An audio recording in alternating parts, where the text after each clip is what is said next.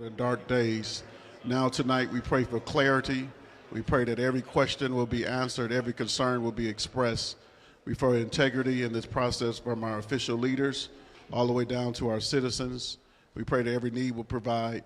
All these things we pray for Christ's sake tonight. Amen. Amen. Turn it over to Helen. Good evening, everybody. My name is Helen Chavez Garcia, and I'm Communications Director for Supervisor Catherine Barger. I want you all to know the Supervisor is on her way. She will be here. As you may have seen on TV, there was a long press conference that took place with President Donald J. Trump.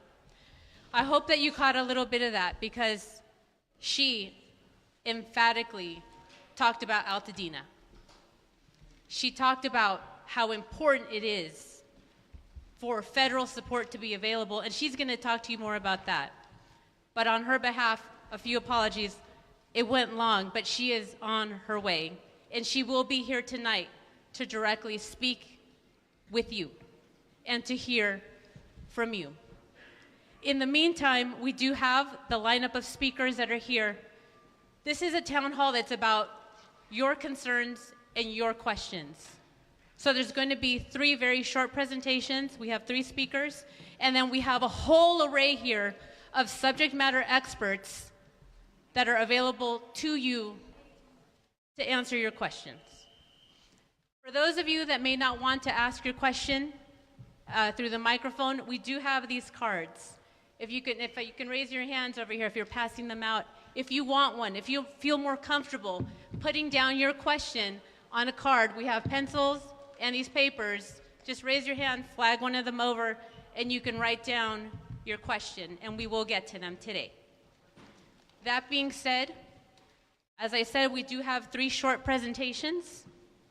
And first up, we're going to have Sheriff Luna.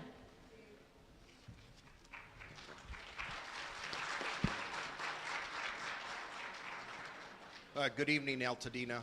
I can't tell you how proud I am to be here with you. You absolutely matter to each and every one of us, and that's why we're here. And we're not only going to be here now, today, and tomorrow, but we're going to do everything we can to walk through this together as a community. And that's exactly what we need to do. Before I get going with just some facts, really they're updates. Last week when I was here, not in this building, but here in Pasadena, I started off my presentation with honoring the 17 community members who lost their life here in Altadena. I think there's nothing more important than those people that matter. And I want to tell you that they mattered a lot. You matter a lot. And from the night this occurred, I know that my deputy sheriffs, and I saw a lot of them in the days after, I looked into their eyes. Half of them had tears in their eyes because every man and woman that I talked to was wishing that they could have done more. It was a god-awful situation. Thank you for that. I was talking about the great job that our deputies did that night in saving many lives. And just to give you a couple of examples, when I do pay tribute to the 17 lives that were lost here, 2 quick examples that night, our deputies went into a facility that had 30 mentally disabled adults in it. We rescued them. That facility ended up burning down. So thank God that we were able to save them. There was another facility that was like that, that contained over 250 residents. We were able to save them, thank God. But as we and reevaluate in the coming days of everything that happened, not only from the Sheriff's Department, but the entire county family, we'll be able to get into more detail. And that's not to say that I have it in front of me and I don't want to give it to you. When I'm asking the tough questions of our managers, our chiefs, our assistant sheriffs, they still have to go through a lot of material, body-worn camera, ring camera, calls for service information, GPS information of who was where at the time. But I can tell you that all the men and women that we had assigned here and the others that came to assist them from other stations worked extremely hard to do whatever they could to make sure that we saved as many lives as we can. So just a couple of quick updates, and then I'll turn the mic over to the next speaker. As of today, we still have 15 missing people in the Eaton Fire area that our homicide detectives are actively looking for, searching for. So if you have any information about any of those individual community members, please come forward. We want to hear from you. We do have bulletins out on each and every one of them. And again, we want to do everything that we can to find them. The death toll here in the Eaton Fire area does stand at 17. That has not moved up. But we're still actively making sure that we find the remains of everybody that we believe has disappeared. That is very important. And something that's also critical that I need to pass on is that as we have been repopulating our neighborhoods, if you are sifting through debris and you believe that you're coming across human remains, please notify the LA County Sheriff's Department as soon as possible so that we can work with our partners at the medical examiner's office and do what we need to do to make sure that we retrieve the remains appropriately, respectfully, get them to the court or the medical examiner's office so we can identify them and work with the next of kin. In regards to arrest for the Eaton area, we do have, unfortunately, I mean, we talk about arrest, we're up to 41. Those arrests are for different things. They do include burglary. They include people who are entering their curfew area, and none of the people entering belonged here. When our deputies were approaching them, they had no cause to be here. It was amazing to us how many people we stopped in the curfew area who had either narcotics on them or guns, and they didn't belong here. So the message there is, as you repopulate your neighborhoods, the neighborhoods that we work in with all of you, if you see suspicious activity, please report it immediately to us. We have, as you've seen in these neighborhoods, we have quadrupled the number of deputy sheriffs that we have here. We still have the National Guard here working with us. And there's a lot of black and white activity you see. Don't be afraid to contact them, engage them. We're directing them not only to be present, but to get out of the cars and engage our community. We also have a lot of undercover operations going on in here. And if you think somebody looks suspicious, call on them, please. But they may be us. But they're out there making sure that they're protecting your property. That is extremely important. To date, we have 31 reports of burglaries that have occurred in this area up here. We're trying to figure out at what point those occurred. As the days go on and our detectives are working those cases, we will be recontacting folks to make sure. We believe it may have happened right at the beginning of the onset of this event. And even though for the Sheriff's Department, we do put what we call looting suppression in place, that was a little delayed because the first 12 to 24 hours, we had one priority, and that was to evacuate as many people and save lives that we could. That was the top priority. So as we adjusted, we began to do those other jobs, which included ingress and egress, working with our partners both with the National Guard.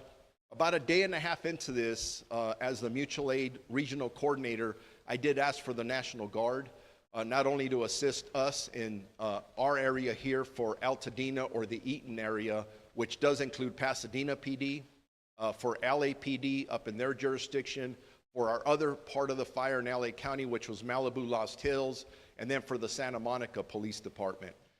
The California Highway Patrol, our governor has been amazing. We've spoken. I've spoken to the CHP commissioner multiple times. What do you need? How can we help? You saw a lot of support from those different agencies here in Altadena. So I just want to make sure everybody knows that. With that, I'm not going anywhere. I am here. Again, I'm here because I want to be here. You matter. I will be here for all the answers and questions that come up at the end, and then I'll turn it over to the next speaker now. Thank you. Thank you, Sheriff.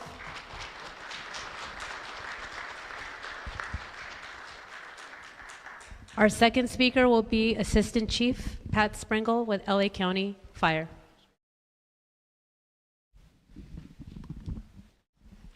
Yes, hello. My name is Eleni Pappas. I'm a Deputy Fire Chief with Los Angeles County Fire Department. I just wanted to speak quickly on behalf of our Fire Chief, Anthony Maroney. He wanted to be here. He is on his way. It was very important for him to be able to speak directly to President Trump tonight on behalf of all the residents of Altadena. And he was in the Palisades, and he's now making his way back. But he has just been absolutely committed to speaking to Governor Newsom on multiple occasions and speaking tonight with the President to make sure that the recovery efforts are going to be concentrated here in Altadena, to make sure that everybody gets back on their feet and to make sure that we can help you get back to some semblance of normalcy after this tragic disaster. So with that, we thank you for allowing us to be here tonight to answer your questions. And I will introduce to you Assistant Fire Chief Patrick Sprengle, who is your local fire chief here for the community of Altadena. So thank you very much.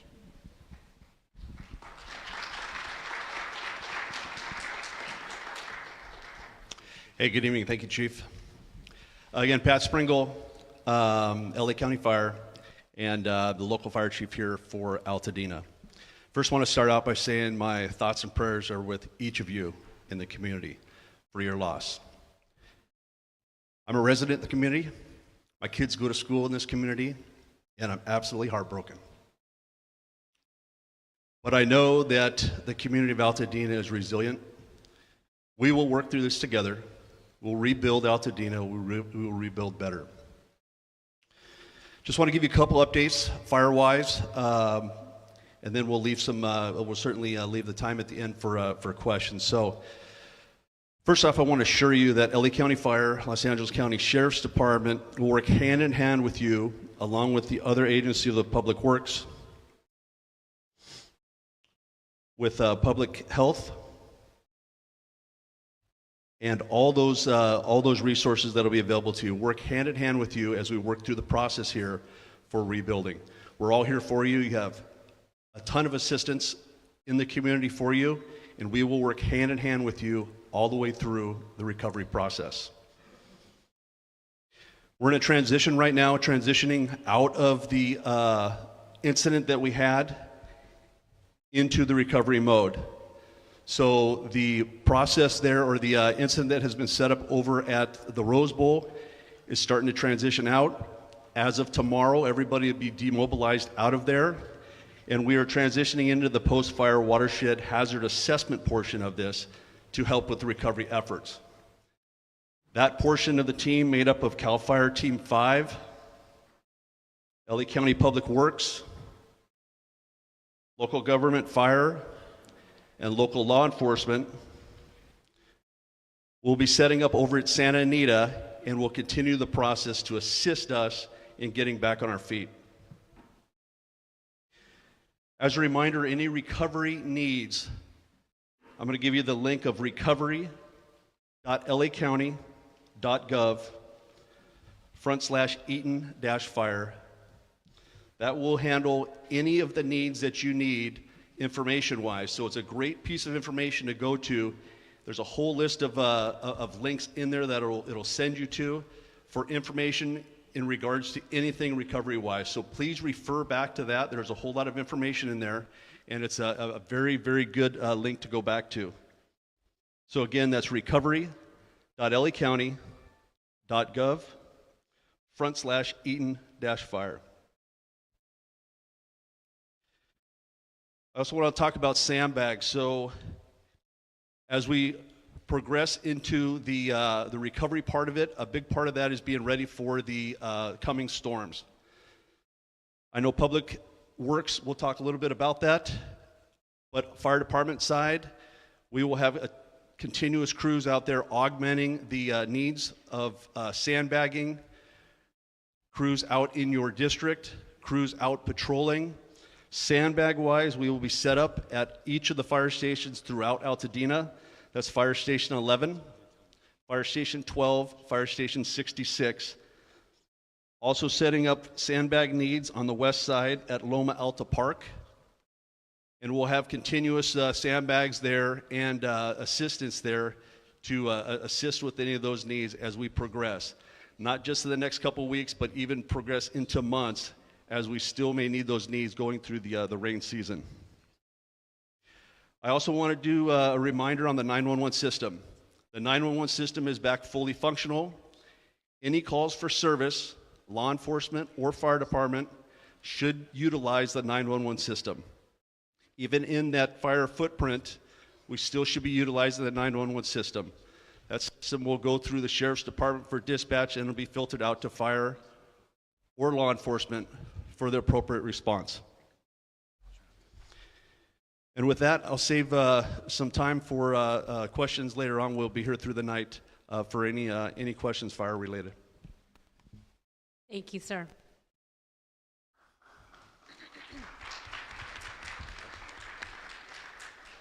Before we move on to our third and final presenter, just want to remind you, if you did fill out your card, please lift it up. Someone will collect it from you, or if you want one, please raise your hand and we'll make sure that you get one. Thank you. And our third speaker is going to be Los Angeles County Assessor Jeffrey Prang.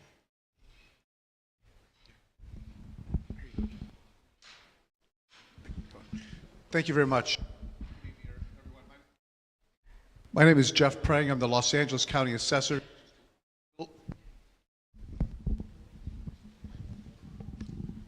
The sheriff's microphone was better. Thank you.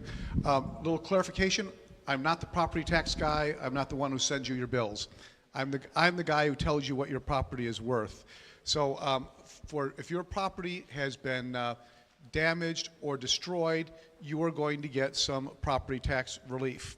We're going to get information from the fire department and from other emergency services. We're using aerial photography as well as artificial technology to identify every property within the damaged area, and we will lower your assessment, and thus your property tax bill will be lowered during the time that your property is damaged until it is repaired.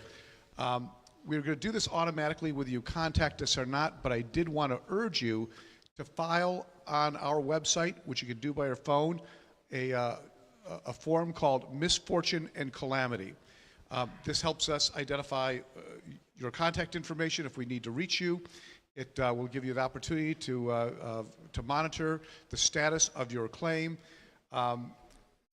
While I'm not the tax guy, I did want to say that your property taxes are going to be deferred. The governor deferred all property taxes due for fire survivors until April of next year. In the unlikely event that you got a penalty tax bill in the mail, the tax collector will cancel those penalties. We're trying to make things as easy as possible and to provide as much financial relief through the property tax administrative system as possible. There are a number of glitches that don't fit neatly into the way that the law works, and we're seeking legislative solutions in order to maximize the amount of property tax relief that we can provide to anybody whose property was damaged or destroyed by the fire. My website is assessor.lacounty.gov. If you go to that website, the first thing you see on the page is disaster relief. If you access that, it'll answer all of your questions in a frequently asked questions site page, as well as give you a link to how to file the misfortune and calamity application to receive a reassessment and property tax relief. That's pretty much the summary of what we will be doing, so thank you very much. Thank you, Assessor. We will now start the question and answer portion of the evening. The first question is going to be posed by Pastor Hurt. Thank you. Before we do that, I meant to do this at the beginning. Can we take 17 seconds for a moment of silence? 17 seconds for the 17 lives.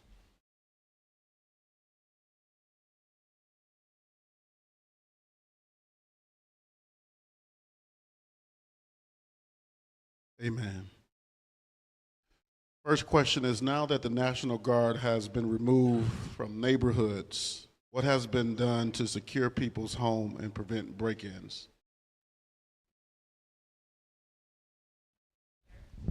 Sheriff. Thank you for that question. Sorry, I was checking with Captain Williams on some last-minute information. When the fire broke out here, I stated earlier, the first 12 to 24 hours, it was all about saving lives. The majority of our resources were committed to that. As we started to continue to bring people in, another priority that we came up with that we normally do in these situations is looting suppression. That's a job I wish we didn't have to do, but unfortunately there are people who take advantage of folks like all of us in these very rough times. We have had that assignment going on very actively. We will continue to do that. We do evaluate it every day, but it is very important for us to hear from all of you. I hear voices, and they're not in my head, just from community members that talk about liking the National Guard. It's interesting because sometimes we deploy the National Guard. There are people who like them, and there's people that get them off their streets. So we've got to make sure we hear very firmly from our community, getting input from you about what direction we're going to go. A couple other things. Starting tomorrow in this specific area, we will be deploying deputies on horses. You'll see mounted patrol out here as an additional layer to what we're doing. You will see our Aero Bureau flying around doing additional patrols. I'm going to talk to my command staff. We normally don't do this, but I may bring our drone operators in to have drones consistently over this area. I know that there was an attempt burglary report that happened in this general area where an individual was trying to break into a garage. Somebody caught him. He took off running. Those are the kind of things where we need you to be our eyes and ears on those things. So, and then this is also very important. Starting tomorrow morning, we have an email that if you would like a home check for your address, you can go to Altadena home check, one word, at lasd.org. We're putting that out. Please utilize that website. Again, that's Altadena home check, that's one word, at lasd.org. We will continue to do this. If we, again, we'll adjust. We're looking at maps. We're seeing where the challenges are and making sure we're using data to guide our decisions as we deploy resources in and around the Altadena area. I know I'm talking to our community here, but I always say this, that for the people that are watching me on TV, if you come to these neighborhoods to re-victimize our community, you're going to get caught and you're going to get arrested. And please know, for everyone in this room, over the last week, I have had multiple conversations with our district attorney. I think you've heard him vocalize his prosecution intent. I've also had conversations with the state attorney general. He is also eager to prosecute individuals that are involved in this type of activity. And we are also working with the U.S. Attorney's Office here in the district that has also put together a task force using other federal resources, U.S. Marshal, ATF, FBI. They're also going to be assisting us in these efforts. It's a long answer because we're doing a lot. And if we need to do more, we'll continue to do more. Thank you, Sheriff. Something else that we want to make sure to help you ask questions that will be answered today, we want to make sure that you know who's at these front tables and who's represented here today. So I'm just going to pass the microphone very quickly so you know who else is, in addition to the speakers, who's here. So I'm just going to have you run the microphone down. Pat Springle, Assistant Fire Chief, Los Angeles County Fire Department, responsible for the community of Altadena. Eleni Pappas, Deputy Fire Chief with Los Angeles County Fire Department, and I have the East Operations Bureau. My name is Mark Pastrella. I'm the Director of Los Angeles County Public Works. I can answer questions about flood control, the ash and debris on the site, the rebuilding process, and I can do joint question and answer on the debris removal. Good evening. My name is Colonel Eric Swenson. I'm with the United States Army Corps of Engineers. We're here working under FEMA's authority to help with private property debris removal. Robert Luna, your sheriff. Jeff Prang, LA County Assessor. Hi, Dr. Anish Mahajan, the Chief Deputy Director of LA County Public Health, here to help answer your questions about your health. Nicole Wilson, Public Affairs Specialist for FEMA. Good evening. My name is Robin Fenig, and I'm with the California Governor's Office of Emergency Services. I'm one of our assistant directors for disaster recovery. I'm Mary Ann Bradfield. I'm a public affairs specialist with SBA's Office of Disaster Recovery and Resilience, and I'm here because I can answer questions about our low-interest home loans that cover home loans, business loans, and nonprofit loans, and loans for renters, even for private property. Thank you. We're going to go to FEMA. You have a few questions in your hand, and then I'll run the microphone into the audience. We'll go back and forth. Yes, there are a few questions in my hand that I probably will end up passing to someone else because they are like business related and things like that. Thank you. For the first question, is it true that if you have a GoFundMe, FEMA will subtract from the resources that they may provide? Here's the bottom line to that. If you have a GoFundMe account that specifically says you are going to buy a car with the funds that are raised from that GoFundMe account, then FEMA will not be able to provide funds to help you buy a car. Okay, the law prevents us from paying for things that you've already received money for. But please do not be discouraged, because having a GoFundMe account does not disqualify you from applying for or receiving FEMA assistance. So if your GoFundMe account says that I'm going to buy a car, then FEMA may be able to assist with some of the housing needs that you have, hotel reimbursements that you have, displacement costs, rental costs that you may have if you rent a place to live in the interim of trying to get your property back together. Okay? Does that answer the question? I see some nods. Okay, awesome. All right, another question. How long will it take to get financial help? Okay? Well, it really depends on your specific situation. Everybody's case is going to be different. Everybody's need is different. And everybody's story is different. Even when it looks the same to the eye, everybody's story is going to be different. We've been on the ground about 2 weeks. We've got about $40-ish million, a little bit more than $40 million in the hands of people already. So that money continues to go out the door. Our teams continue to process the applications that are coming in, and we're working as quickly as possible to make sure that we're putting the money in the hands of the people who desperately need it. Okay? Yes. About GoFundMe? Yes.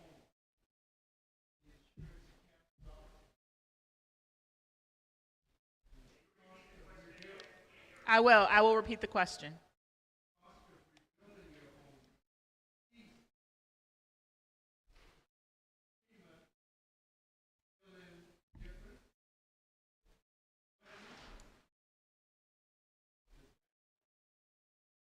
So the question is, if you have insurance and insurance does not pay you enough money to rebuild your home, can FEMA fill in the difference or can GoFundMe fill in the difference? Okay, so if you have insurance, they will pay you a certain amount of money. FEMA offers assistance to people who are uninsured and underinsured. So once you have that letter from your insurance company telling you what they will pay for and what they have not covered, come back to FEMA, let us see what they did not cover, and we will do our best to supplement some of the things they did not cover. Okay? I cannot promise you that that's going to cover all the expenses to build a home. I don't know what your individual story is, so I would hesitate to say that what you receive from insurance and from FEMA is going to be enough to make you completely whole. Okay? If you have a GoFundMe account, please understand that FEMA is not sifting through GoFundMe looking for your name to see if you have a GoFundMe account and how those funds are being used, okay? If you have a GoFundMe account, we encourage you to be carefully consider how you create the page, because remember, if it specifically says you're going to use the funds for a particular thing, then FEMA is by law prohibited from paying you for that specific thing, okay? All right, we were asking about, can we get help with FEMA applications? Most of us are seniors and we need help. Absolutely, our teams are in the communities. We have been going to churches, to libraries, to community centers, our recovery centers. If there is a need in a particular area and you are unaware of teams that are out registering people and providing assistance, please let me know and we will work with our team to make sure we get someone in your community to help you walk through that application step by step. And what long-term resources will remain? The concern is help will disappear, and I anticipate people needing assistance in a few months. There is nowhere to keep all of the items now. FEMA has a long-term recovery team. We will be here. We understand that the recovery process for this disaster is not going to happen overnight. Our teams will be here helping rebuild not just the community, but also helping assist the individuals through this recovery process. If you have not yet applied for FEMA assistance, please make sure you apply before the March 10th deadline. We just need you in that system before March 10th, so if you receive your insurance letter after that date or your situation changes after that date, you're in the system and we can work with you to make updates to your application and continue working with you through the process. For example, FEMA offers rental assistance to survivors who may have to rent a home. We offer that assistance for up to 18 months. So FEMA is here. FEMA is going to work with you. We ask that you keep in touch with us when your situation changes so we can work with you to make any updates to your case as needed.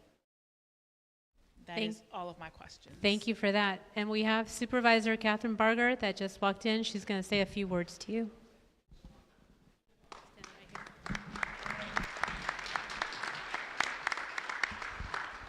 I apologize for being late. I just left Oh.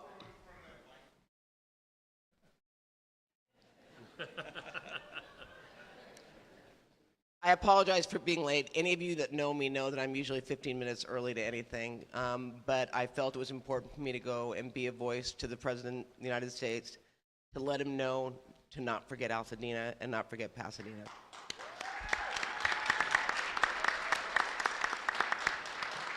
And while I know many of you, like me, were disappointed that he did not directly come here, he has made a commitment that he is going to come here.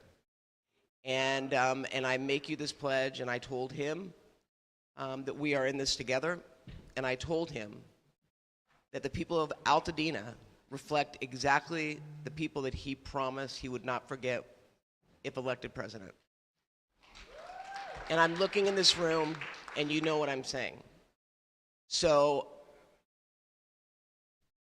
we have a lot of work to do, but we're going to do it together, and I'm going to get the president out here so that you all, I don't want him to hear from me, I want him to hear from you.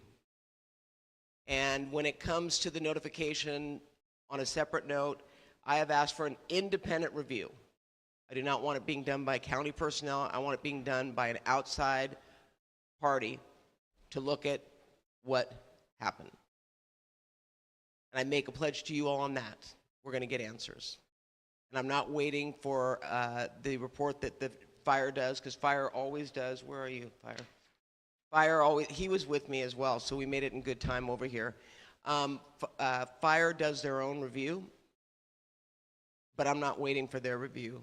It's too important to find out what happened. You all deserve answers, and I promise you, I'm all about transparency and I'm all about clarity. And let me be clear, you are going to get answers. On the issue of who has not had access back to their property yet? Everyone has? Yes. Because one of the, who you have not, because one of the things that okay, so is Edison here? I got some emails today on Edison, and I know Anish, we're looking into it to find out what's going on. But another thing I brought up to the president is how many people want their power lines underground? So one of the things we talked about, and it's something that I'm going to pursue because I keep hearing that time and time again, and we're going to work on that. And Altadena is not for sale. Yeah. Yeah. So as we move forward, I just, again, apologize for being late, but I think you all understand why I had to be there. I had to be a voice so that this community is not forgotten. And as long as I am a supervisor, which is for 4 more years, I promise you, you will not be forgotten. I'm in this for the long haul. And actually, the president even said, do you have 4 more years? And I said, yes, and this is my purpose in life right now. Yeah. Yeah. You've been there for 50 years? Thank you, I don't have anything to show me what I had at the beginning of my babies. It hurts so much to know that something could just one day take away it all. And it's not here anymore. Where's the support for that? No one's mentioned how they're going to help us with that inside hurt. I have a handicapped husband who I had to drag out of the house because of the fire. We never got anything to say evacuate. What are the people going to do about those people? It hurts every day that I wake up and I realize it was not a nightmare. What are you going to do with that? Because I'm sure many people in here are hurting. I certainly am. Like I said, I raised my children here. We did. My husband was a soccer coach. I was a mother who picked up the children and took them home. So I have a good history of Altadena. But I don't feel good because I don't feel like I got mine from the hurt and the stuff that I missed because it's gone. I can't bring it back. And I know, I understand that, and quite frankly, you know, I have friends that have lost, and I am always at a loss of what to say, because from a mental, the hurt inside, the pain inside. Yeah. So. Yeah.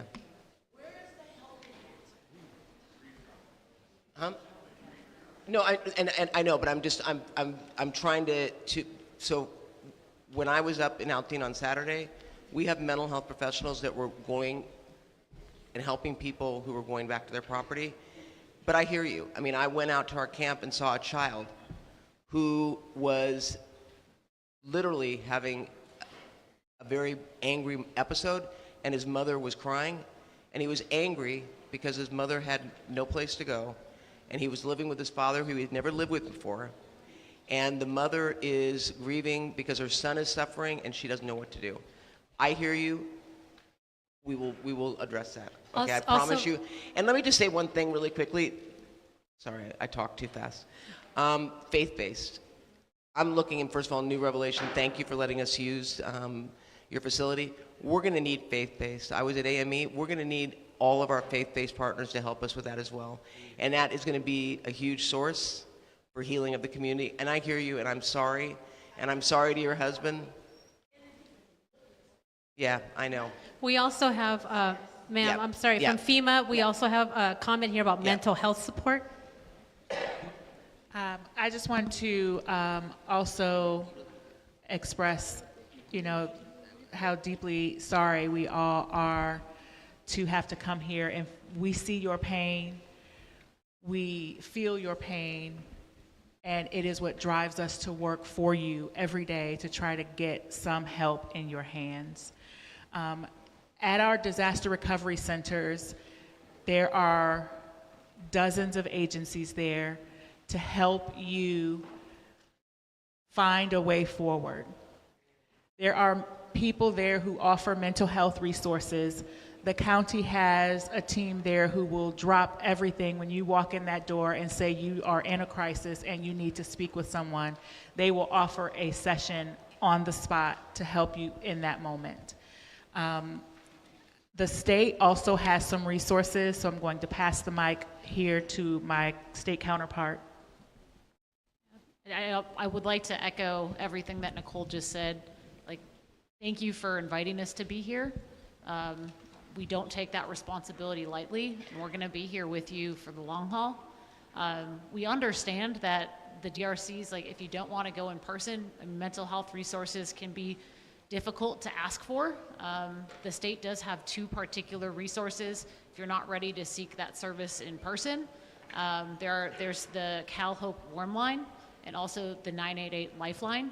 Both of them have assistance in over 200 languages to assist you and help meet you where you're at, wherever you're at. So again, I'll repeat that, Cal Hope Warm Line and the 988 Lifeline. They're both phone-based services, so you can talk to somebody. I also believe the Cal Hope Warm Line has a text interface, but you can find more information about those resources online. Again, I'll say it one more time, Cal Hope Warm Line and the 988 Lifeline.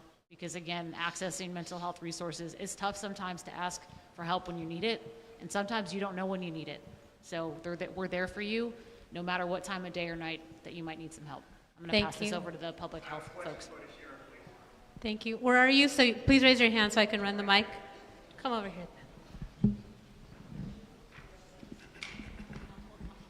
My name is Damon Blunt. I reside at 55 West Mendocino Street. Earlier tonight, I was informed that my car was no longer in front of the house. My truck was burned down. I got in contact with the Altadena Sheriff Station, and they said that the California State Highway Patrol was told to tow my car. My car is registered. It was in front of my own property. They towed the car from in front of my house without my whereabouts. Now, as everybody knows down here, our mail, if I got a notification or anything, it's not at the Pasadena post office. The Altadena post office burned down. I was able to find out where my car was, and one day they told me I'm responsible for $896 for an impound fee, and they said that the person I talked to, Jan's Towing in Azusa, said that they were told to tow 160 cars out of the burn area. Why, after everything that I'm going through, why should I be responsible for that? And with me being a professional truck driver, everything that car is tied to my professional way of living. If something goes wrong with that car or anything like that, not only can I've lost my car and my house, I can also lose my job. I'm sorry that happened to you. That's the first I've heard of that happening. It sounds like there's others who may have encountered that. Can we talk on the side after we're done? And hey man, if I have to pay that for you, I'll pay it for you. I swear I will, because that's... Thank you.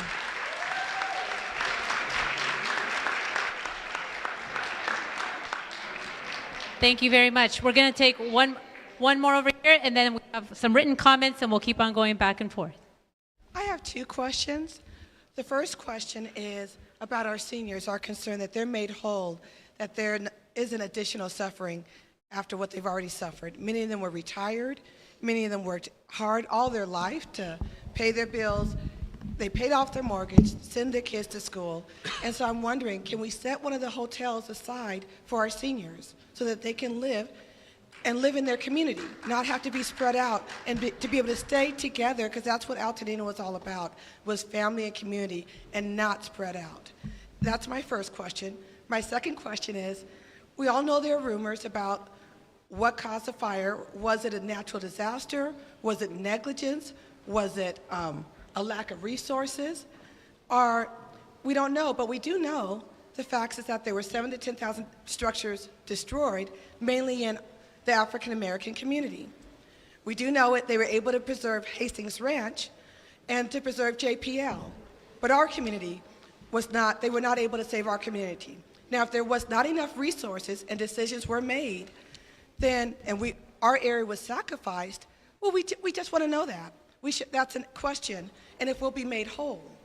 But those are questions. When will we find out the cause? We hear about Edison left the power on in some areas, turned the power back on in other areas. Is this a rumor? Is this a fact? And yes, so that's my first question, is about seniors. Thank you. Do we want to tackle maybe the question around the rumors about cause of fire, and then we'll go to seniors? Does County Fire want to take that, or anyone else?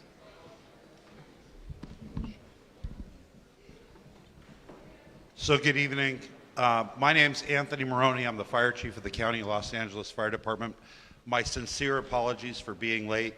Before I answer the question, I just wanted to apologize to all of you, because no matter how hard I think it is for my personnel that made me so proud during that firefighting operation, putting their lives on the line, I know that you are suffering. And for that, I am deeply sorry, because you rely on your LA County Fire Department and you rely on me as your fire chief. I am ultimately responsible for everything that goes on in my department. And I'm gonna live up to that commitment to all of you. You need answers. You don't want to wait. We don't know the cause of the fire. I know that law enforcement at the federal level is investigating it. The Bureau of Alcohol, Tobacco, and Firearms, we're assisting, but the minute they find out, we're going to share it with this community. Because after losing so much, you deserve answers, and you shouldn't have to wait a long time. Did you have another question for the fire department? No, there was a question about housing solutions. I heard you say about seniors and how to help keep them locally based over here. I am wondering, I don't know if we have someone from housing up here. FEMA, is there anything you want to share about maybe short-term housing solutions? And we will also make sure that your question gets addressed by the supervisor's office. We'll make sure we get your contact information, because there is long-term, short-term housing solutions that are being worked out specifically for seniors. Got it. We will follow up on that. FEMA, is there anything you want to talk about when it comes to housing solutions? Sure. I know that FEMA, as you mentioned, has short-term and long-term housing solutions, and one of our programs is the Transitional Sheltering Assistance Program, which pays the hotel expenses for individuals who have already applied for assistance and who qualify for that assistance. And so that program does contract with multiple hotels, and sometimes it is a little further out, and I don't have an answer right now about whether we can reserve an entire hotel for that's dedicated to seniors, but I will talk to our team and get back with the county to see what kind of assistance like that may be available. And then again, longer term assistance is rental assistance. If you find a place to rent, FEMA can assist with some of the rental costs for up to 18 months. Okay, thank you very much. We're going to do a little bit of interplay. So there was questions about rebuilding, debris removal, I should say. Director Pastrella and Colonel, is there anything that you want to comment on that? And then I'll keep running the mic. I'll start. I think I should. Good evening, everyone. I need to start out also. I feel compelled to just express my deepest. I have, in my career, my personal life, I've been involved in many, many incidents. In my personal life, I lost home as a child, and I lost a damaged home just recently, so I understand the anguish that you expressed so wonderfully there, and the cycle that we will go through, the process of anger and acceptance and denial that is so hard to deal with. And I just encourage you to reach out for mental health services. I myself used the Red Cross just recently, and they got me back on my feet and got me going. So I just encourage you, and I encourage the whole community. I pray that in this environment, I just feel I want everyone to pray for, have the strength to help you all to continue on as we have into this recovery. I just want you to know that. As your Director of Public Works, as Chief said, I feel that it's my responsibility, it falls on me to get you rebuilt in your community. And Altadena is not for sale. It's your community. It is your community that we are committed to bringing back for you, with you. So just know that.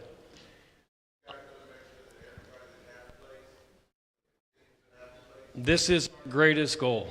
This is the goal. The gentleman asked, are we going to guarantee or look to make sure everyone that has a place, had a place, gets back to a place? That is Supervisor's commitment she just made to you, and she is all of our boss. She has directed us to make that happen, and we are going to make that happen by doing unusual things that we don't normally get to do, which is the joy of the opportunity to have the authority to make things happen for people. That has been my career goal, my public service commitment. So the first step, as someone asked about, is we got to get the community cleaned up. We got to get all the debris and the ash out of our roadways.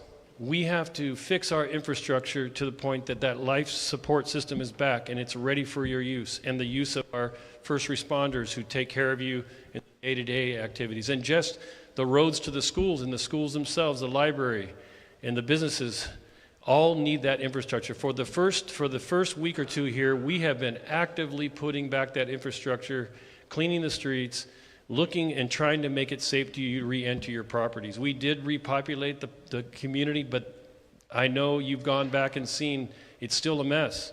There's ashes there, there's debris, and your belongings. Some of them that have survived this awful fire are in that ash and debris. And I know many of you are anxious to get back there. The process for cleaning this involves, as I said, the utilities getting back in place, and that's what you see us doing right now.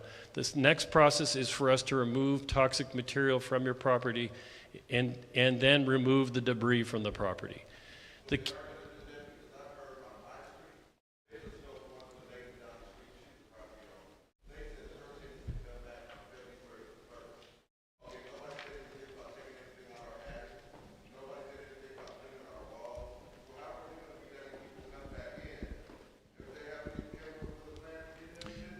We have a plan to remove the ash and debris from your properties, and we are about to explain that process to you. So thank you to the federal government. FEMA has come here and has granted, has committed to paying for the cleanup of your community, and specifically the ash and debris and fire debris that is sitting on your properties, to clear that through a program called Private Property Debris Removal. They have contracted with the great Army Corps of Engineers, my agency, who is represented here today by Colonel Swenson. He is going to stand up and explain the overview of that program to you right now.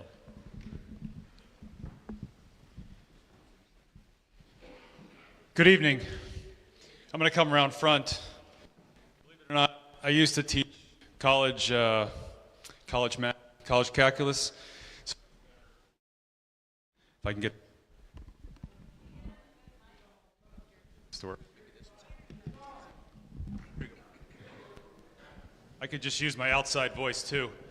So, the bad news is that we're in this situation. The good news is that the Army Corps of Engineers is here, and we have a long, long history of winning for the people that we serve. I just recently got back from Maui, where I spent 6 months doing the private property debris removal program for 1,600 properties in the community of Lahaina.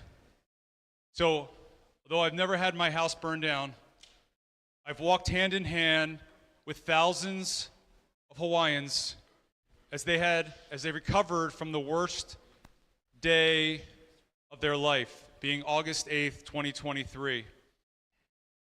So we brought in the A-team for this. We have formed the all-star team from the United States Army Corps of Engineers, and we are here to help you recover from your worst day. And we're going to walk shoulder to shoulder, hand in hand with you through this entire process. Now, let me just take a couple minutes, if I can, to explain the private property debris removal program. It's basically a two-phase program. The first phase is going on as we speak. Under the governor's declaration, the EPA is going through property by property, all properties that were impacted by these wildfires, both here and on the other side of town. And they're removing household hazardous materials, car batteries, paint, lithium-ion batteries, electric vehicles. They're removing all of those hazards that can't be stored in landfills here, and they are properly securing them, consolidating them, getting the hazards off of your properties and off the right-of-ways, and they're putting it in secure containers, and they will ship it to the appropriate disposal center.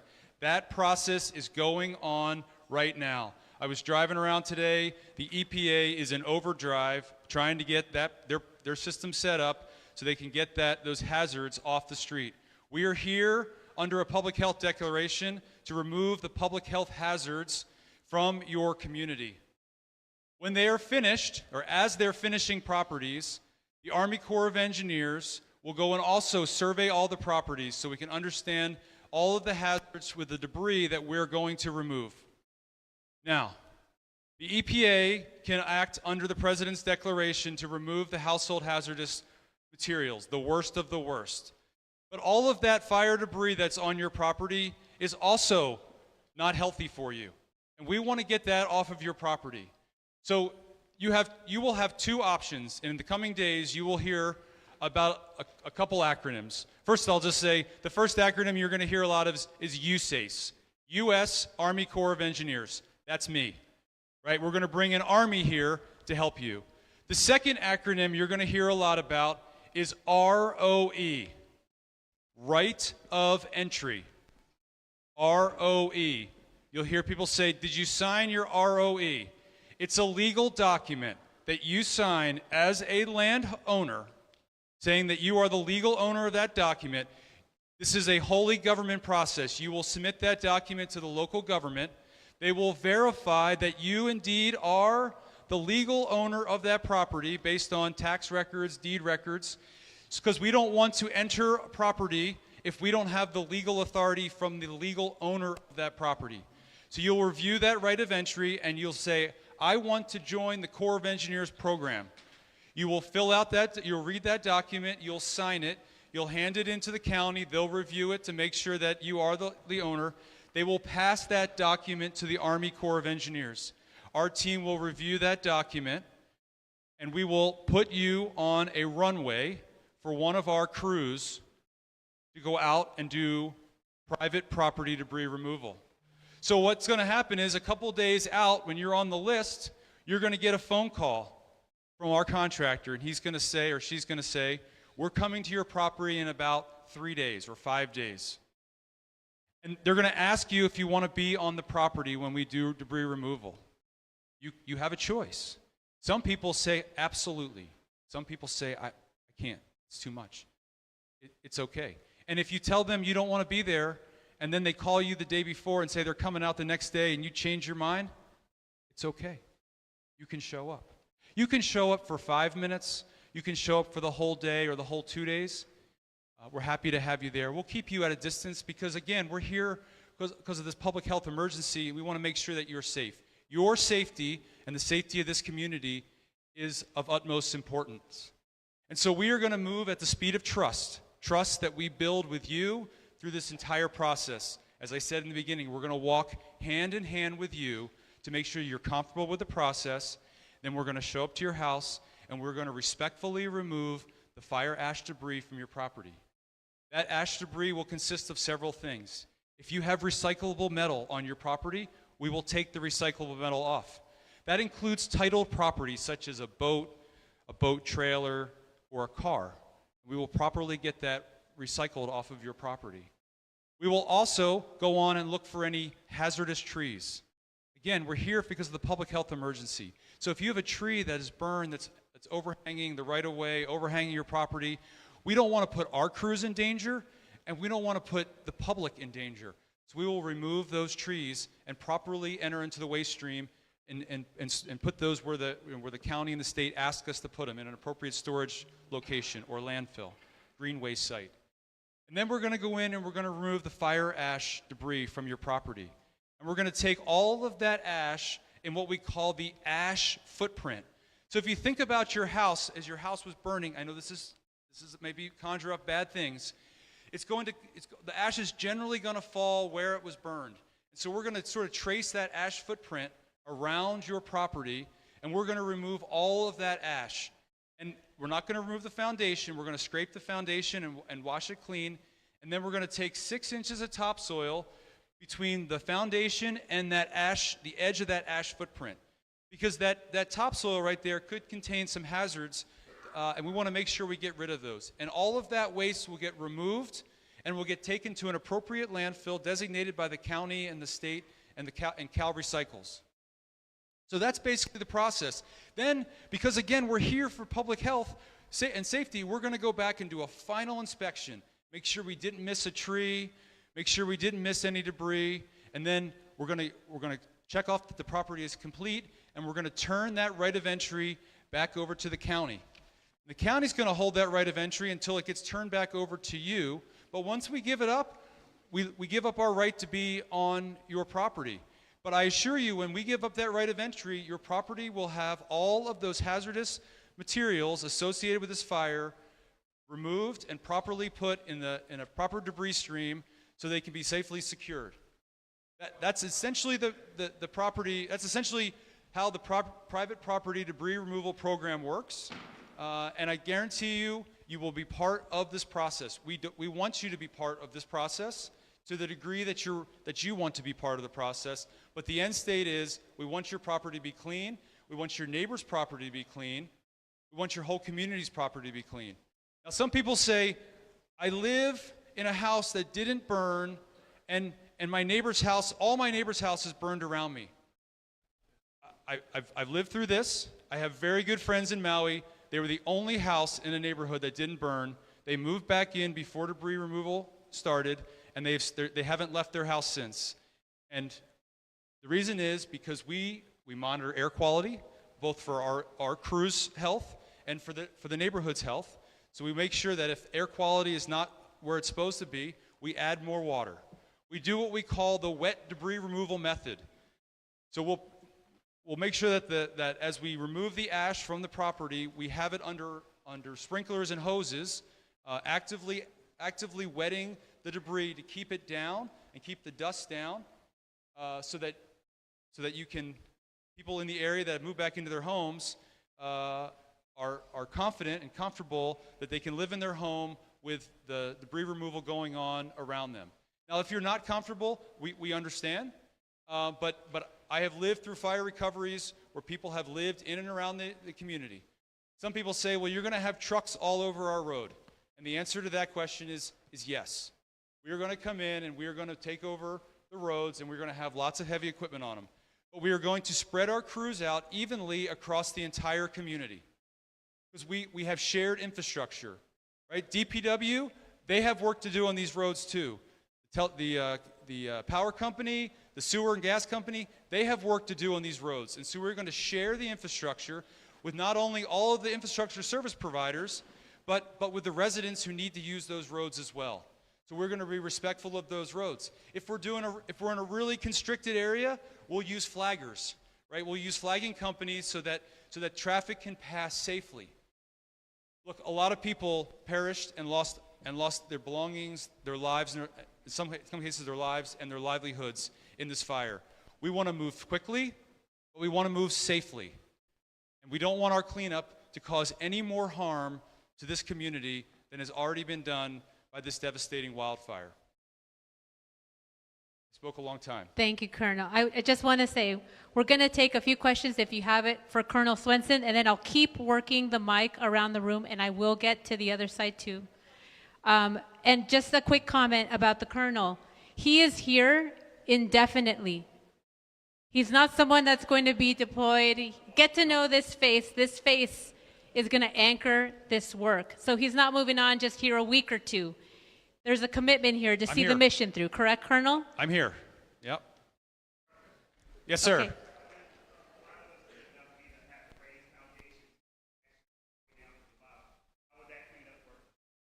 So under this program, we are not going to take foundations out, but we will clean all of the ash and debris that is inside the foundation. So in some cases, we'll use heavy equipment to scrape it out. In some cases, we'll be there with shovels. In some cases, we'll be there with individuals picking the debris up and putting it in a bucket and then taking the bucket out of the burn area.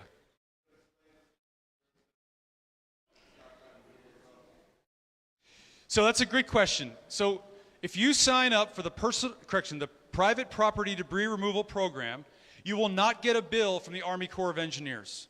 We do this work on behalf of FEMA. Now, if you ask FEMA, as it was talked about earlier, you can't, as FEMA mentioned earlier, you can't receive two benefits. So you can't get an insurance payout for debris removal and have the government pay for debris removal. Right? But if there are additional, so if we do the process for you and your insurance policy specifically states $10,000 for debris removal, you may be subject to pay that back to the county and then ultimately back to the federal government, because you can't receive a benefit for something the insurance can't pay you and the government can't pay you for the same exact benefit. Now,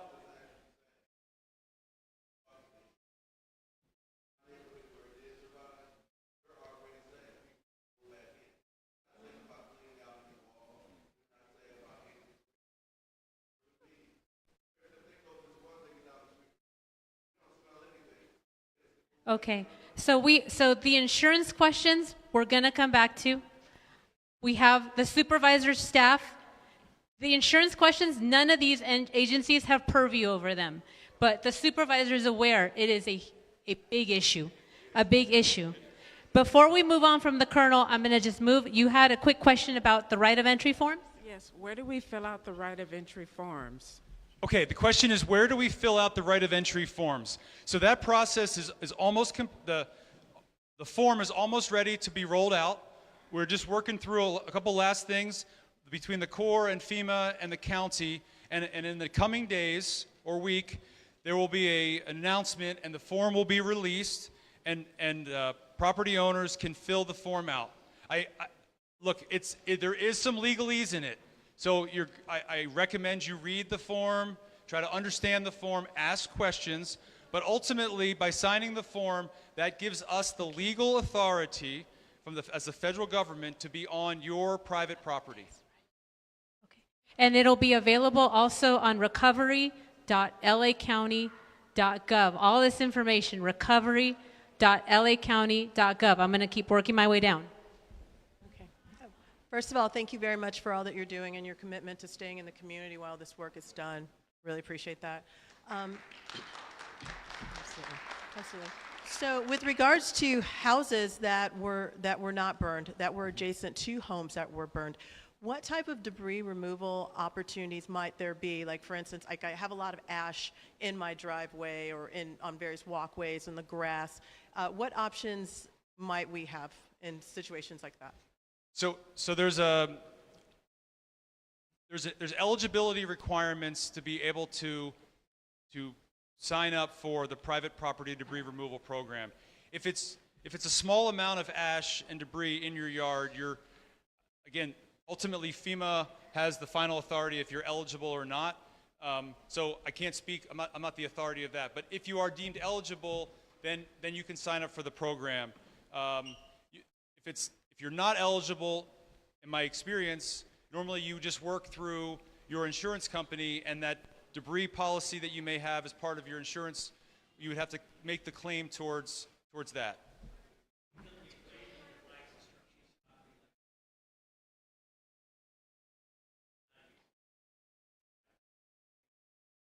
Can you repeat the question? It's a little hard to hear back here. Yeah, so the question was, if by signing this right of entry, are you waiving your right to the property that might be found during the debris removal process? Lost and found.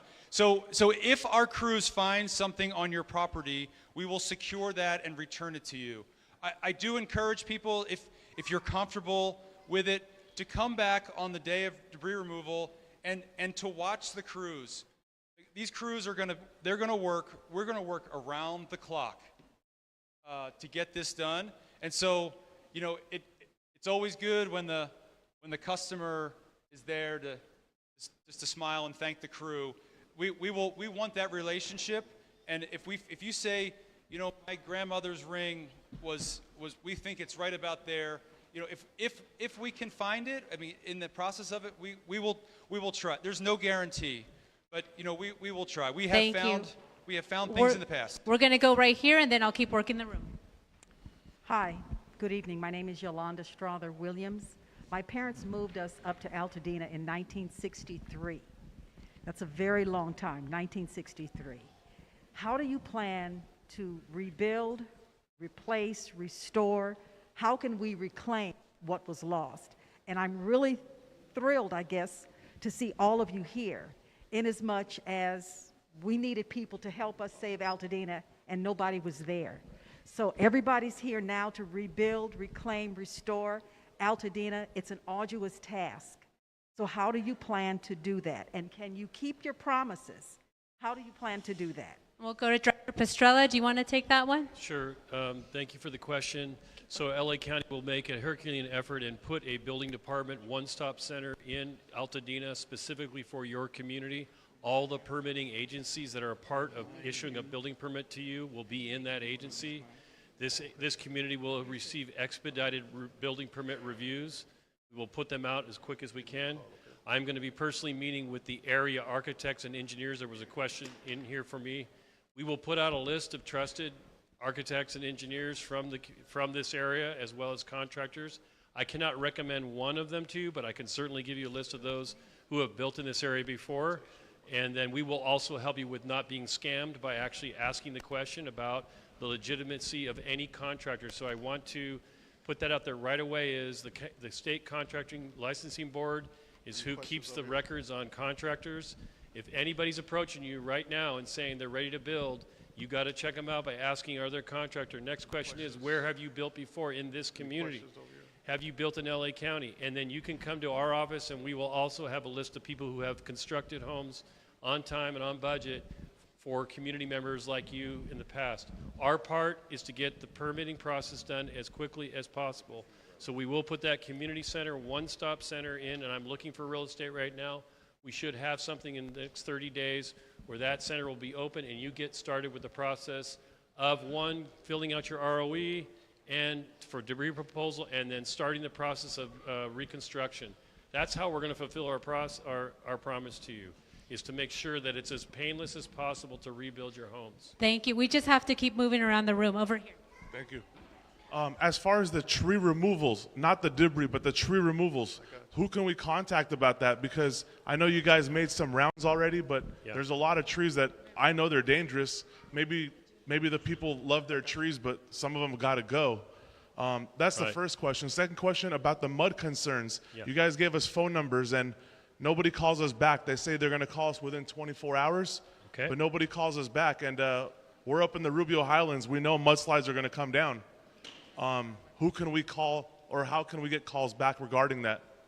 Okay, on the trees, the street trees have been inspected. All of them have been inspected by my staff to assure that they're not unsafe, that they can stay in place. If they are unsafe, they will be removed. Unsafe means that they are imminent danger of collapsing. But I also want to acknowledge the value of the trees in this community, particularly the oak trees. We want to be super sensitive about how we handle the trees. We're going to be looking to save as many as we can. But again, on the street trees, if you have a tree in the neighborhood that you've identified as you consider a hazard, you can call my building safety office and talk to them about that, or our road department. You can catch us at LA County, pw.lacounty.gov, or you can always call the number that you can always call for any emergency. We're going to give it out here for rain too, 1-800-675-4357. Any hazard like that, signals, sewer, water, road problems, or trees that appear to be a hazard on private property or public, we will come and take a look and then work it out with you. All right. Yeah, on the mudslide situation? Okay, let me give you that. I will get you, sir, you will get an inspection first thing tomorrow morning. All right, we right. got Please two questions up here. Thank you. Okay, there's some cards. There's some people in the room that are shy and just don't want to speak. There's some cards. Please raise them. We'll collect them. But at the front, who has some cards that they want to answer? Well, I had a question. There's cards already collected up at the front, and then we'll keep on moving the mic. Who wants to go? I have a question for the Colonel. In the front, this is just for the a speakers. follow-up for the Colonel regarding the private property debris removal. Thank you for sharing that information, because this is the first time I've ever been in a disaster, and I was a little confused because I was thinking that we would be responsible because we have it on our insurance for debris removal, but it seems like you have two options. You either go with you, or then you hire your own private to do the debris removal. Is that the way this private property works? Yes, there's two options. You either opt in to the federal program, which is my team, or you opt out of the federal program, but you have to do debris removal. So if you opt out of the program, you have to follow all of the same steps that the federal program has to follow, because remember, we're doing this to protect the public health, right? So we want to make sure that all of that fire ash is properly taken off the property, properly transported, and put in the appropriate waste stream. And so you can take, if you have the insurance money that you can use to pay for it, I will tell you, in my experience, unless you have a really, really good insurance policy, it's probably not going to cover the cost. And when you do it with us, when we're done, it's done. Right? Thank you. We have a question back here on fire and also price gouging. Hi, I wanted to find out when you guys, what the time frame was for the debris to be removed, and also the rebuilding process. So timelines. This is obviously the question that I get most frequently in the beginning, in the immediate days after a wildfire. And if I give you a date, you're going to write it down and you're going to hold me to it.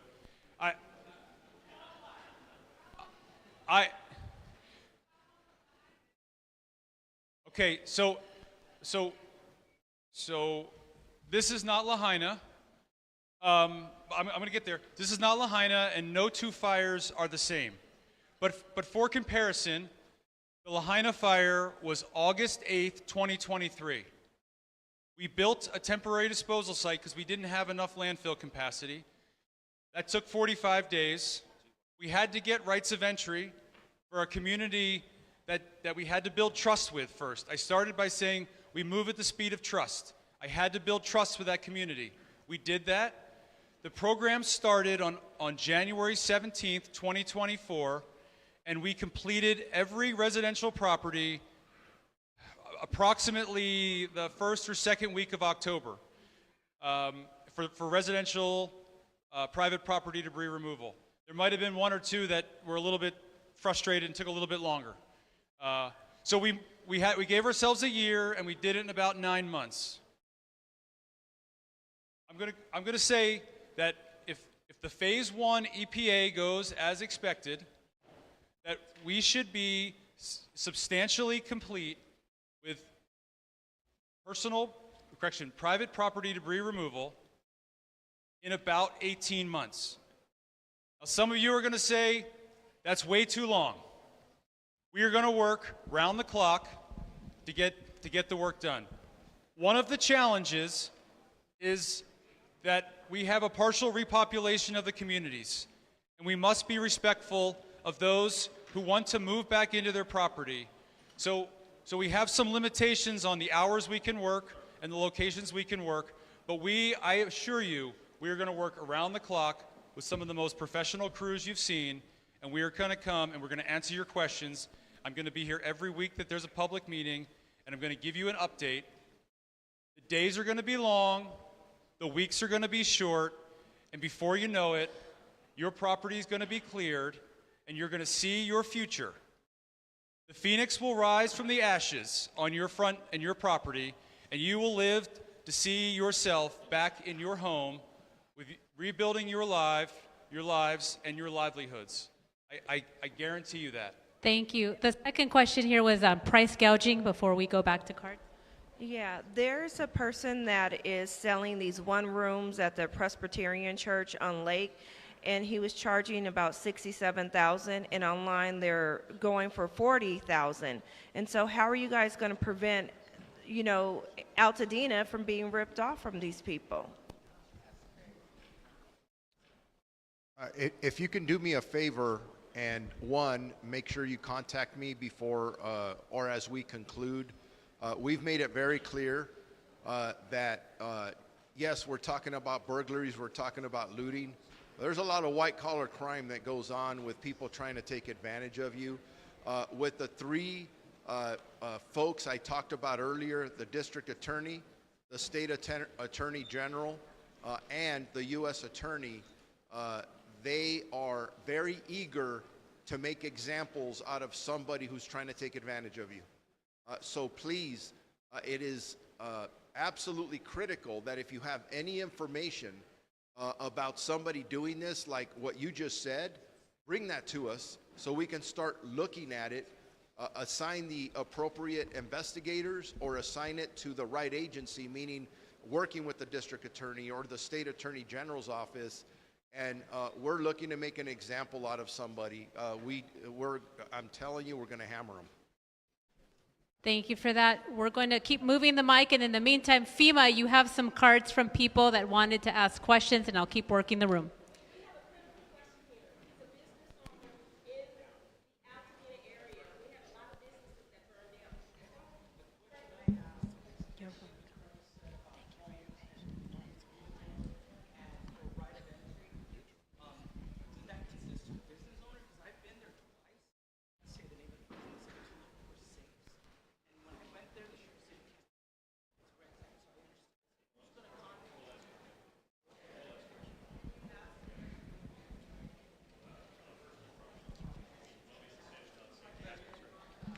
Gentleman was asking about known personal property within a property that he wants to retrieve. LA County Building and Safety, along with the Army Corps, will escort those folks into those locations if you so choose to, and make it safe for you to retrieve those valuables, if that's what we're trying to get after. This is a business. The business that he's talking about is a small business, and he's attempting to find certain things. I'm not going to tell the address or the name.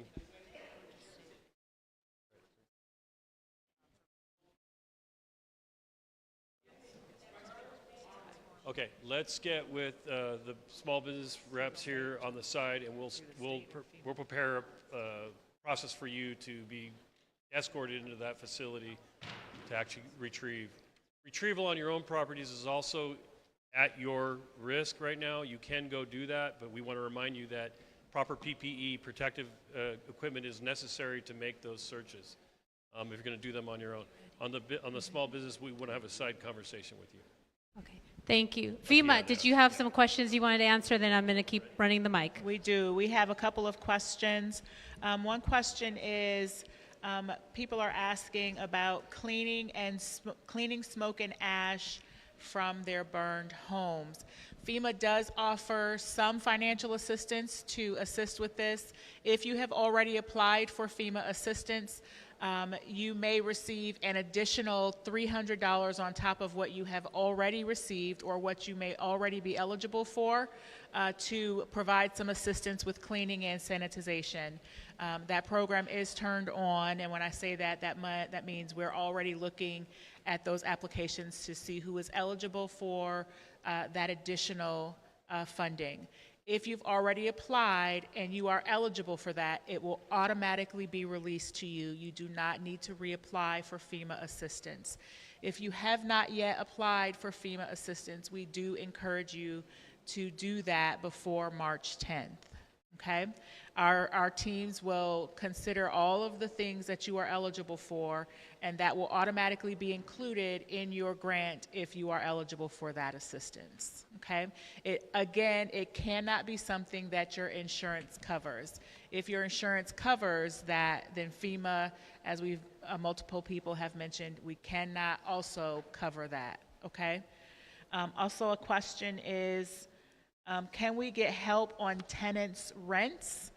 How about 6 months or more from FEMA or the powers that be? And how much money can help a homeowner get from FEMA?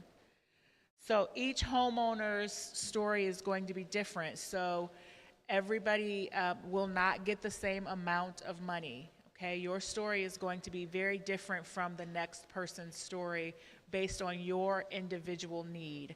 FEMA has a max of $43,600 for the structure and a max of $43,600 for the contents within the home.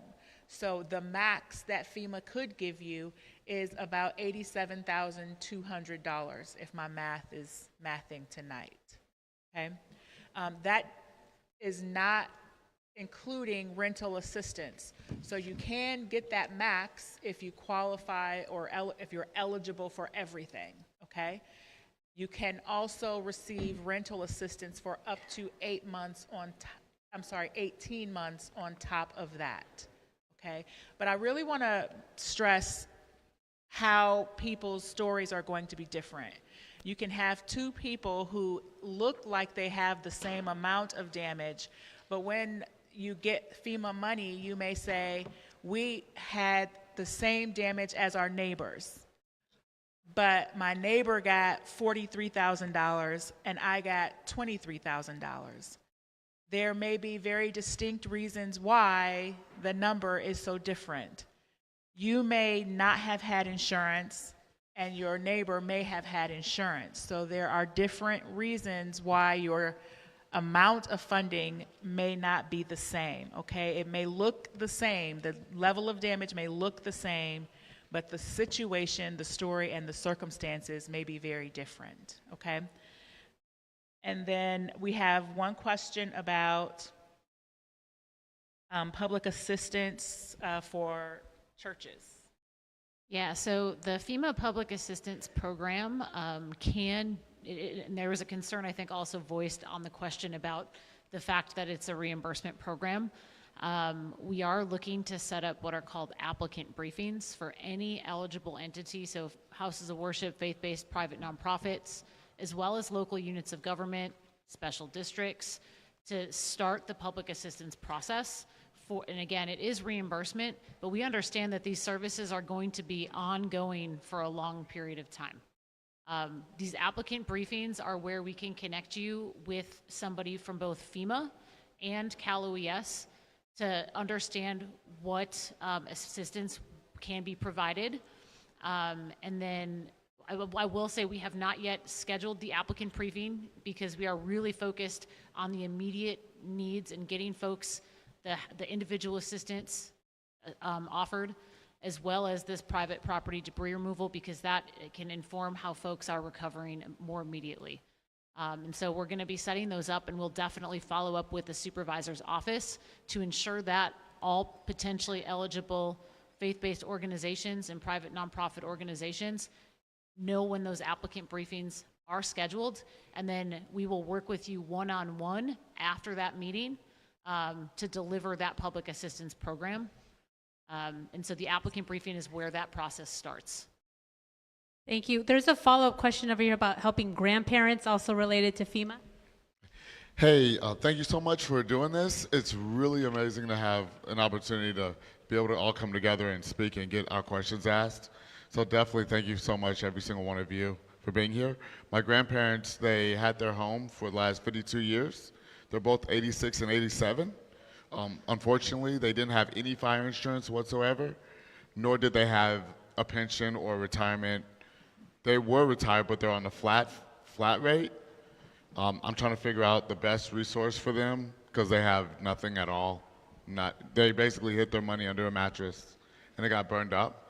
So what would be the best route and the best action steps for my grandparents? Sure, this is Nicole Wilson with FEMA. We provide assistance for homeowners who are uninsured or underinsured. So if your grandparents were not insured, we encourage them to apply for FEMA assistance.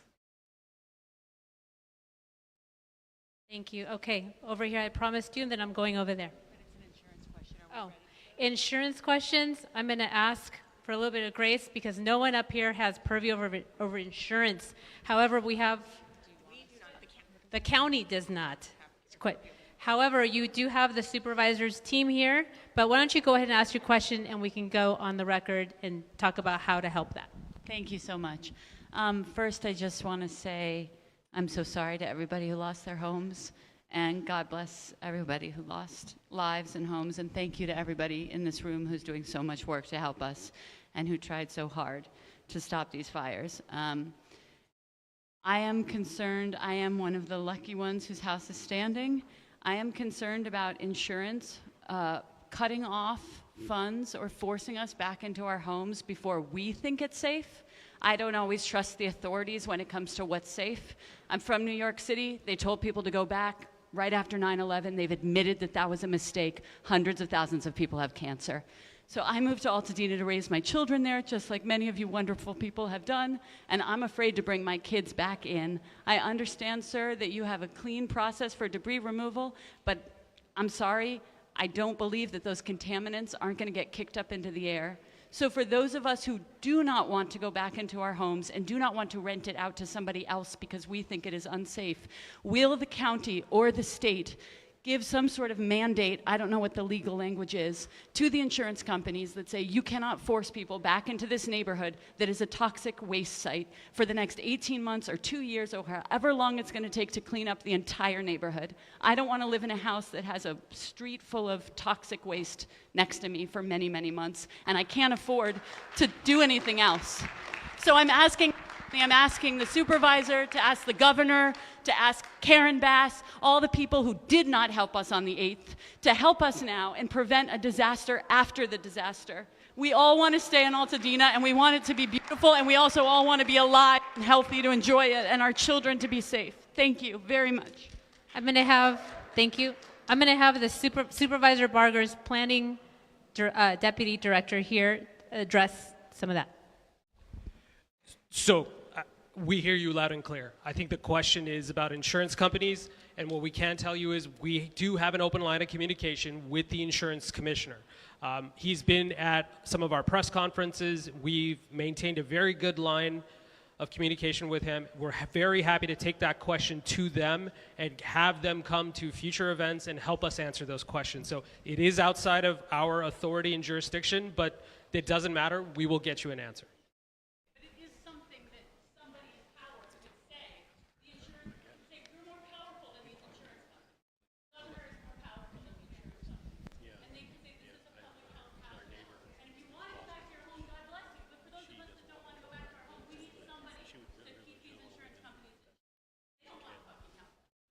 Absolutely. We hear you. We hear you. And also a resource regarding insurance, and SBA wanted to say a few words. I can't answer for insurance, but it is possible that SBA loans for homeowners, renters, and businesses can help you relocate or refinance. And we have, everybody's situation is different, as Nicole has mentioned, but we have customer service representatives at the back of the room. Go visit with them and see if your circumstances may or may not be able to take advantage of our help. Thank you. We have a question over here about housing. Hi. I wanted to speak on the nature of homelessness in Los Angeles County. So this is not specifically just to FEMA, but to the larger. As of 2024 homeless count, there are 75,312 people experiencing homelessness right now. 33% of that population are African American people of descent. This is a population and a widespread problem throughout Los Angeles County. One of my concerns and one of my questions is what support will be done throughout the county? Because as of right now, there's an entire displaced community, and this is going to go into other communities. While right now, yes, we are worried about Altadena, but the reality is that people here need housing now.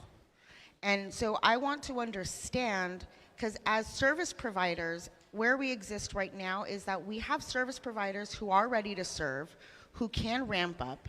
However, we need help and assistance from our local government and federal government, one, to identify, whether it's through adaptive reuse or other things, buildings that we can do and set up infrastructure so people can have housing now. As I'm hearing today, it sounds like there's an 18-month process. That means entire families who are middle to low income, many who fall within 200 or 60% of the median poverty line here in this county.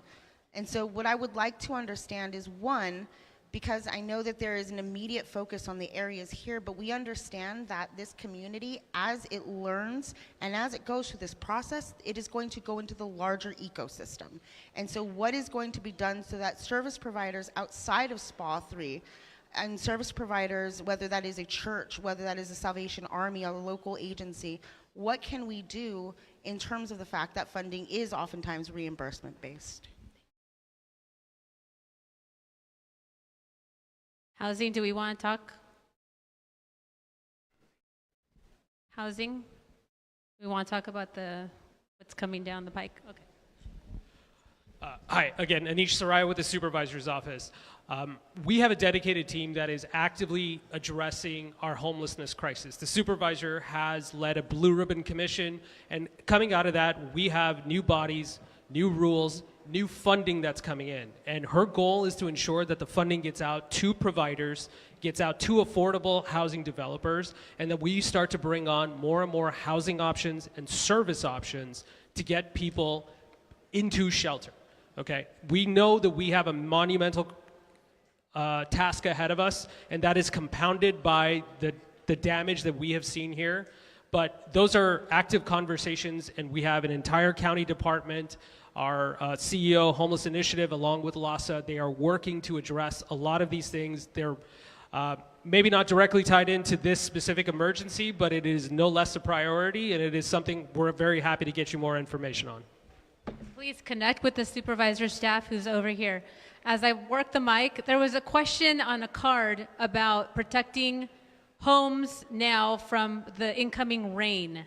So could someone address that while I run the mic and keep on working the room? Absolutely, yes. This question's come up. So let me give a quick weather report and then tell you what we've been doing to get the community ready for the rain. Our current forecast calls for light rain starting tomorrow, Saturday, with heavier rain beginning around 10 a.m. on Sunday morning and lasting through Monday. This event is not considered a huge rainmaker, but it is enough because it is important to us because we have the watershed burned and the natural areas burned as well as the areas of your homes. So in a response to this, LA County has mobilized a plan to stabilize the slopes above your homes, to ready our flood control system. The flood control system is 100% ready to go to capture all of the debris off slopes. Within the streets, you may have seen us working today, and you most definitely will be seeing us working tomorrow. We've been placing K-rail, we've been placing sandbags, and we've been visiting over 250 homes that we considered vulnerable. What we define by those is vulnerable means your home is still standing. You may or may not be living in it. We've gone and looked and see where you might have a slope behind your house that has been burned to see if that might be subject to any debris. And we've identified those properties and began the process of going door to door to those properties to, one, give advice about what to do when it rains, and then two, to draw a plan for you for sandbagging. If you're unable to do that sandbagging yourself, we will provide that sandbagging. We've gotten about 70% of that done. We will complete the other 30% of that tomorrow morning. We will be out in full force throughout the property with this process. The gentleman that asked about getting engineering advice, anyone who would like to make sure we come to see you, you can call 1-800-675-4357, and our dispatch, which is a 24/7 dispatch, you can call that number anytime, even after tonight you leave. We will be at your residence tomorrow morning to talk to you, again, to give you advice. We do not expect to have to evacuate anyone in this event. That's the good news. However, your part in this is make sure you know your surroundings. When the rain starts to get heavy, we are asking residents that are living in their spaces still to remain in their homes and not to be on these roads, because we have basically the roads, we're going to use the roads to capture the debris. We're going to let it move into the street, and then we're going to clean the streets up after that. So that's the news on that. I don't know if there's any questions about rain. I can answer more questions. Can you repeat that phone number one more Yes, time it for the is. free engineering advice? Yes, free engineering advice. We're putting this into our emergency management system, so this is an unusual number for free engineering advice, but it's the one I want you to use. 1-800-675-4357. Thank you. We have a question over here, EPA.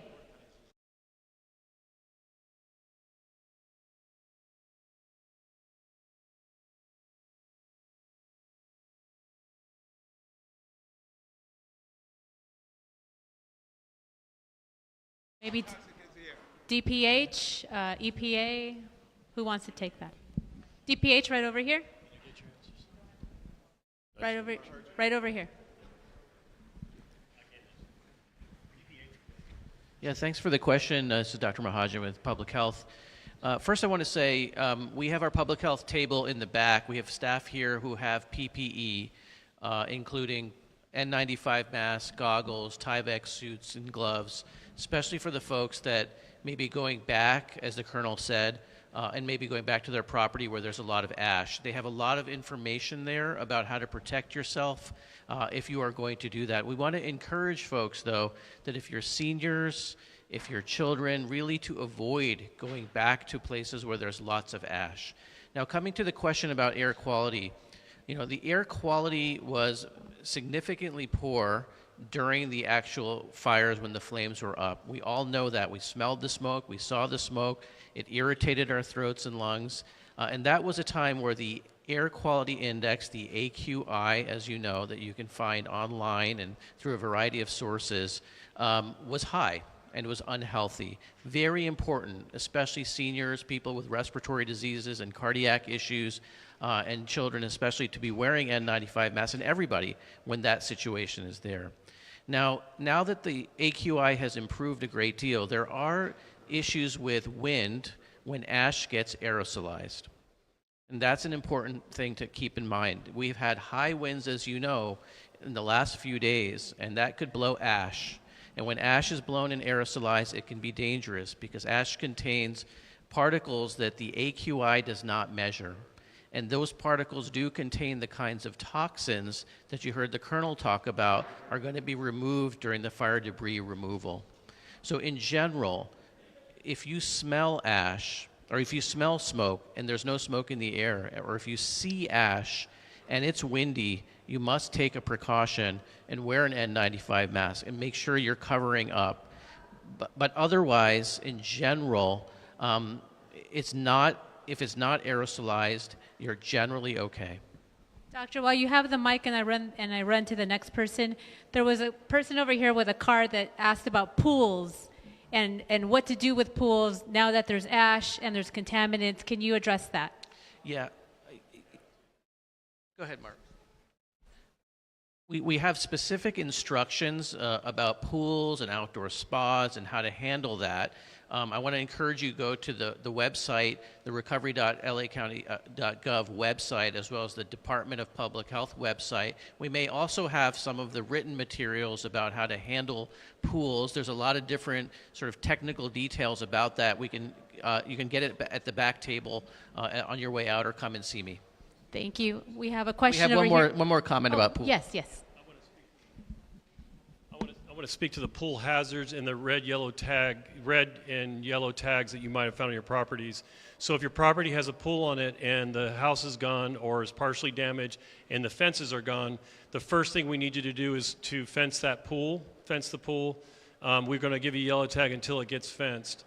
And then if you want to salvage that pool, what I recommend to you is that you remove all the heavy debris, you drain the pool properly. There's a process for draining the pool, and then you bring in your pool. You can do it yourself or the pool contractor, and they will do a treatment to the pool to get it back and shock back in place so that it's the water's running again. If your pool equipment is burned, we will be monitoring for pools that are sitting with water. Vector control will be visiting throughout the area, and they're going to start treating those pools for mosquitoes to make sure we don't have a mosquito problem after time. But it's important, if you're going to salvage that pool, that you get to the water quickly, you move the debris, and you get the pool shocked back into that right space again and keep it going. But now the red, yellow tag. If you have a red tag on your property, this means that the structure that was left on the property, whether it's the main house or secondary dwellings, is not safe for entry, and is not occupiable. If you have a red tag. If you got red tag that the building's all the way gone as well, that means that the property may have structures on it that could be unsafe for you, tripping hazards in that.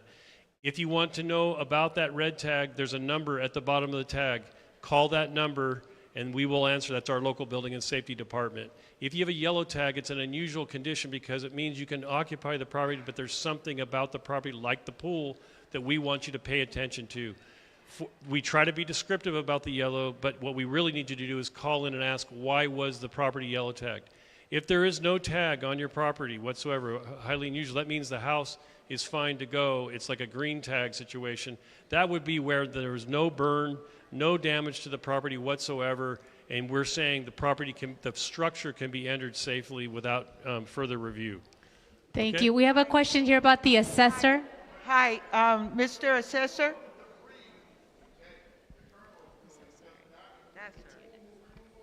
If that debris is there when they get there, it's going to get removed. But we want you to pull it out of that pool and get it off to the side. Someone asked, can I clean my property if the structure's still there? Yes, you can. You can clean that, but you can get a contractor to come and your insurance may pay for that. But talk to us first before you go do your private property removals. There's a fine line for us between full property disposal and like cleaning up the yard and cleaning up that layer of soil that you want to get off that's been burned. A question over here about assessor. Hi, sir. Thank you for being here. This is a question about property taxes. So I keep hearing this term about making the residents of Altadena whole. And that's going to be impossible. However, I want to know, once we build new structures on our property, will our property taxes increase? No, they will not. So you can rebuild your property up to 120% of what was previously there before the fire, and you will carry over the same property tax base that you did before the fire. We're going to lower the assessment for the damaged property. As you rebuild it, we will restore it to your previous assessment prior to the fire. You can build up to 120% what was there before without reassessment. Sure. Question about right of entry and title. Colonel Swinson, thank you for your information. You indicated for property to be cleaned and getting right of entry documents that you needed to show title of ownership, et cetera. What do you do in situations where the person occupying the home does not have their name on the title?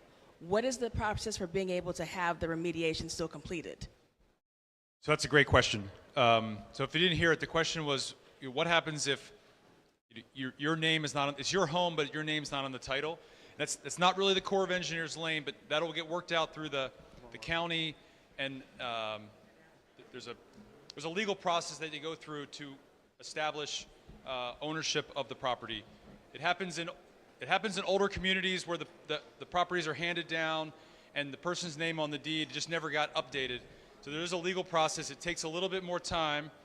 So you won't be able to fill out a right of entry that gets to me right away. But if you're persistent, working with the county, we'll get the process completed, and then it'll come to us, and we'll get it in the queue. So we're going to proactively search your properties for all the property records. When we find something like that, we'll be acknowledging that, and then we're going to work with you directly. This is the LA County Department of Public Works. The phone number for debris removal, I just had it, is 844. Okay, I'm going to give this to you in 1 second. We'll come back. Assessor, while I go to the next one, you had some questions written down for you, I believe, about Assessor Prang.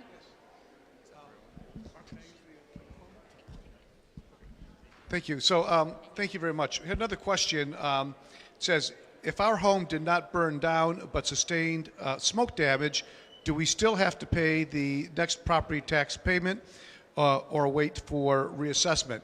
So if your home is in one of the zip codes identified under the governor's executive order, you can find whether or not you're in the zip code, which is at gov.ca.gov.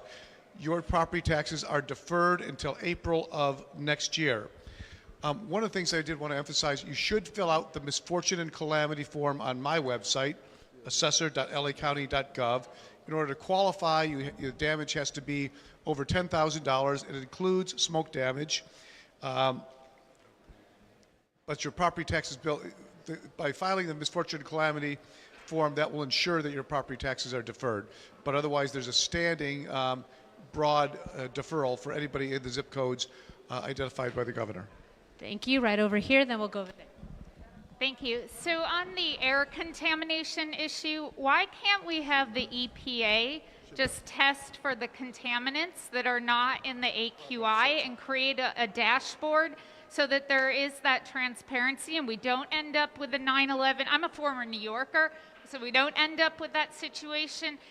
We did it for COVID. We stood up dashboards. Let's be transparent. Let's get the EPA to test for contaminants. Let's get it out there. This should be very easy to do, and it'll help guide a lot of these concerns, and it'll help us with the insurance companies too. EPA? Anybody want to take, or public health? Yeah, thank you so much, and really appreciate your concern and your idea, and I just want to say that it's our understanding that the testing of heavy metals in the air, that the kinds of toxins and hazards that were burnt, is something that is still, it's scientifically in development, but we have a meeting on Monday with several companies as well as academics, the Public Health Department does, to try and assess what are the options if we wanted to look at how we can do air monitoring for such things. And so more to come on that. All right, this will be the last question. However, if you wrote your question down, it'll be on the website. It'll be the last question. You all are going to leave, and we're going to have to clean all this up, and I'll be the only one here. All right. So, listen. This is the last question. They're still going to be here, so you can wait and ask those questions. You can be upset, but that's okay. All right. Thank you. Los Angeles Mayor Karen Bass last week appointed Steven Sabaroff, a former police commissioner and property developer, as the city's chief recovery officer. His mission was clear: rebuild the Pacific Palisades, largely as it was before the fire ravaged that neighborhood. Upzoning and development would be discouraged. My question to you is, who will rebuild Altadena?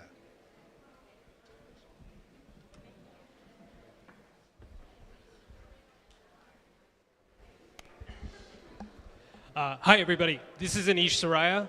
I work for Supervisor Catherine Barger.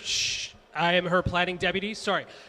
to answer your question, who's going to rebuild Altadena?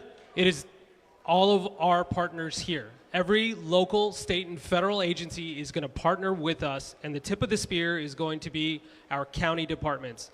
We have the premier public works agency in the country, and the supervisor has made it very clear.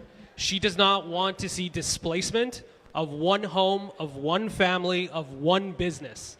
And so she has taken actions, and there will be a motion on next Tuesday's board agenda that is specifically targeted at ensuring that there will not be displacement. We are looking at all local regulations that we can enact and waive, and we are also seeking the state support to have them waive any provisions that we collectively, our experts have told us, would lead to that type of displacement. All right, thank you. Thank you so much.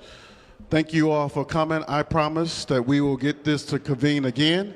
For those of you that was late and missed out on the opportunity, look out for the next convening and come on time next time. All right, go home and help.